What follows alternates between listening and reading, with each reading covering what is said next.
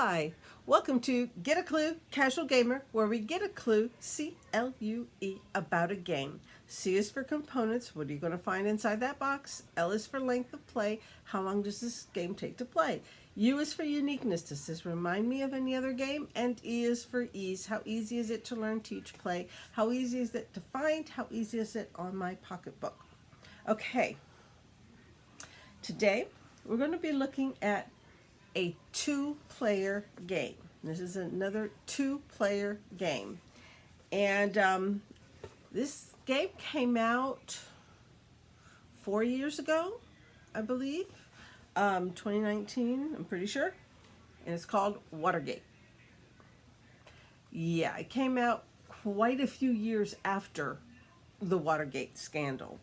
And I am old enough to remember how I was upset that my after-school TV shows were being preempted by the trials for Watergate. Yeah, I'm that old. So yes, Watergate, two-player game. Let's get a clue about it. C, we'll start with components. So inside this box, I will tell you that I bought this game secondhand. So yeah. The person I bought it from took very good care of it. And so I'm going to be looking at my cheat sheet and see here. We have picture tiles, which I believe are these. Look at the real people, real events from the Watergate scandal from the early 70s. And we have 36, and I've got a bag full of them. I did not have to punch them out because I bought it secondhand and they were already punched. But it's like all these different pieces of evidence that we're trying to get. One side has like a peg on it and a push pin. The other side has the evidence. So here we have piles and piles and piles of those inside the bag, or will be inside the bag for the game. There's also, sorry, did I just jiggle you? Oh, sorry. We have these. The red ones are, let me see, I'm looking at the cheat sheet here, the momentum tokens. I do not see the white one, oh, F. The white one is the initiative token. Okay, so we have momentum tokens and initiative tokens. Okay, we'll deal with it. And then we have, sorry, a bunch of cards. And again, because I got mine, bought it from another gamer who obviously takes care of his games, they're all sleeved, and he left them that way for me. I am very grateful. They're beautiful. Half of them are the are backed with the Washington Post, or actually, yeah, politics and policy section newspaper. The other one is looks like file folders called confidential. And like I say, this is a two-player game, so each one's going to have their own deck to work with and to play with and to try and win over their other their their competitor, their opponent. And then of course there is the board game, which it is set up to look like a bulletin board, and this is where you're going to have those pieces of information that you might find, or things that you are able to hide away. One side here is for the editor's side of the Washington Post, and this side is for the White House Nixon administration. And and so that's the game board.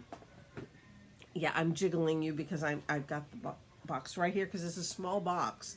And okay, and then you have the rule book. It's yeah, it's an interesting thing. Let's get a little bit further into it. Okay, so length of play, L for length of play. The manufacturer says 30 to 60 minutes. It obviously will take as long as the two players make it last, because some people will do a lot of planning and they'll make decisions slower than others.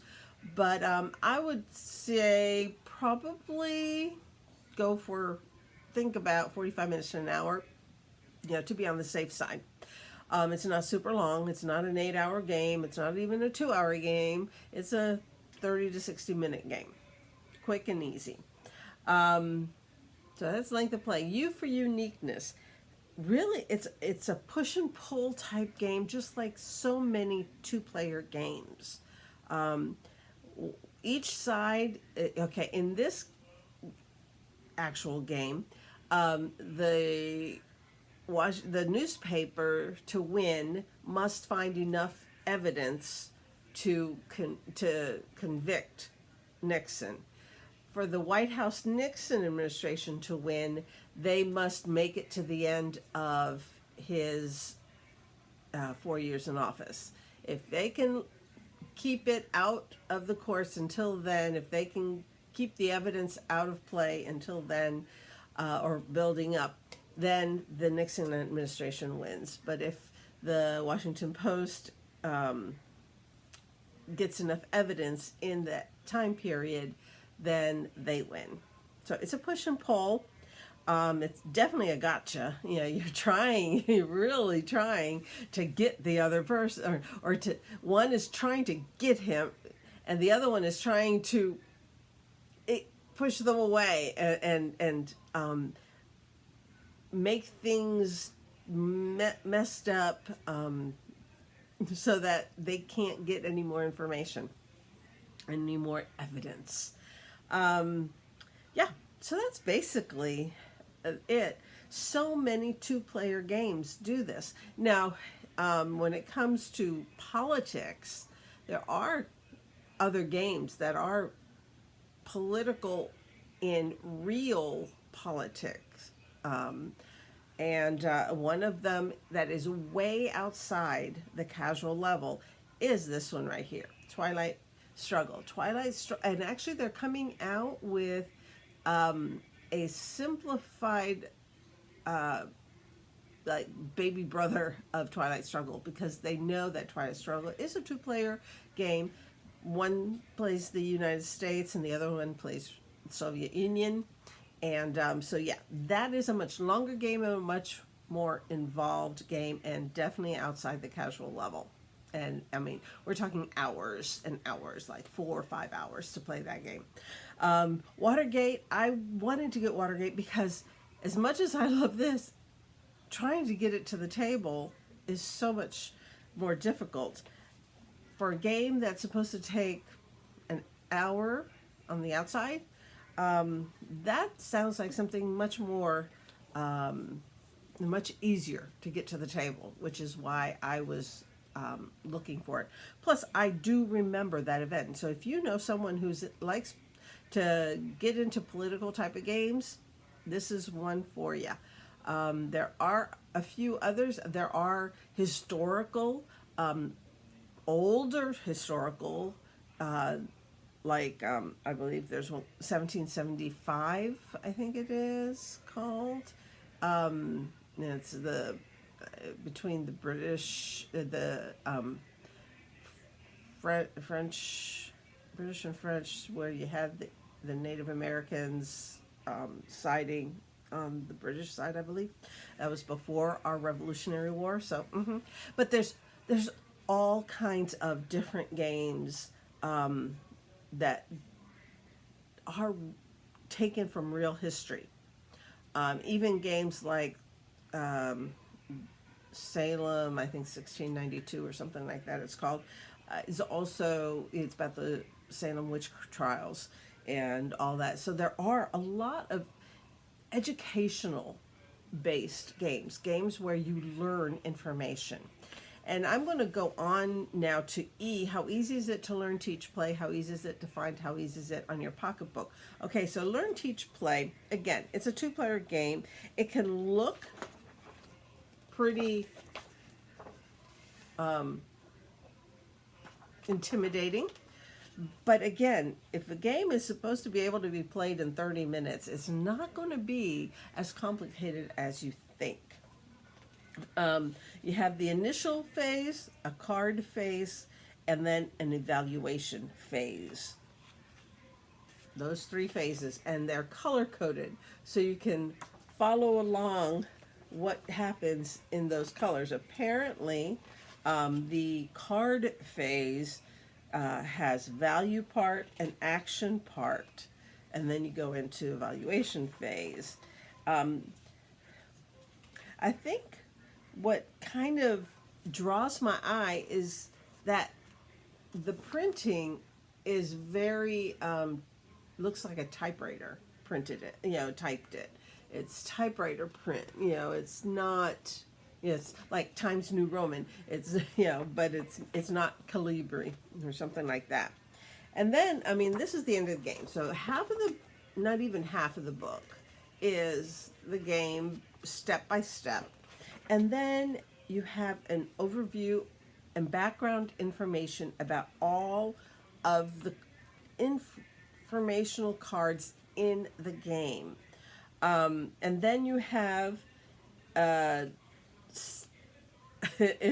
whole history of the Watergate scandal and all the people involved. I mean, it's just, and then you have all of the things up to the resignation and other recommended sources for information. So really, if you're looking for something educational, where you have a lot of extra stuff that you can learn from it besides just the game. The game itself, you don't have to know all this information for the game, but the information is there. And I'm going to go back to Uniqueness. By saying that, it reminds me of some other games, like something as simple as Wingspan, where you don't need to know about birds, but there's information on every card about that bird. There's an app that you can play the music, the bird call, so you can hear what they sound. So there are games like that where, and this is kind of goes in that category where you don't need to know the information about it, but you can learn from it. So that's a big plus. And oh, sorry, I want to take my hands off of the box. So that's a big positive. Now, how easy is it to find and how easy is it on your pocketbook? I looked it up, and the Amazon has it. Now I will say, I'm going to jiggle a little bit. Oh, very little. Good. Okay, here's the cover. There are 2 different covers. One is black. That looks kind of like this with the breaking glass. And the other one is white with the red string across it. Both of them are the same game, just a different issue. But it's exactly the same game. There's no difference. So when you go on Amazon, both of them are available. And the white covered one is being sold for retail, and the retail price is basically $35, $34.95. The black cover on Amazon is being sold for $29, so it's a little bit off of retail. When I went to GameNerds.com, they at one point had both of them, and they had them priced at $28, but they're out of stock with both of them. MiniatureMarket.com is out of stock of the black cover, but they do have the white box edition for $28. So you can get the black or the white cover on Amazon, the black cover being cheaper on Amazon, and then the white cover is cheaper on MiniatureMarket.com. So you have your choice, and that is how easy is it to find and how easy is it on your pocketbook. I hope this didn't go way too long.